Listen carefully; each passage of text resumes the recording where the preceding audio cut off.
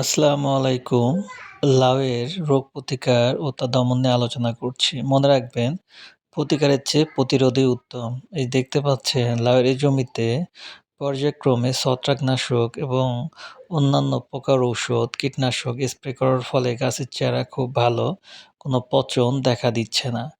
সেক্ষেত্রে আপনারা স্প্রে করতে পারেন বায়ারের অ্যান্ট্রাকল, বায়ারের সিকিউর, অটো কোম্পানি অটো স্টিন, ম্যাকডোনাল্ডের নুইন, ইন্তেফার কাফা এ জাতীয় ঔষধ যেকোনো কোম্পানির ১৬ লিটার পানিতে ৩০ গ্রাম হারে স্প্রে করতে পারেন।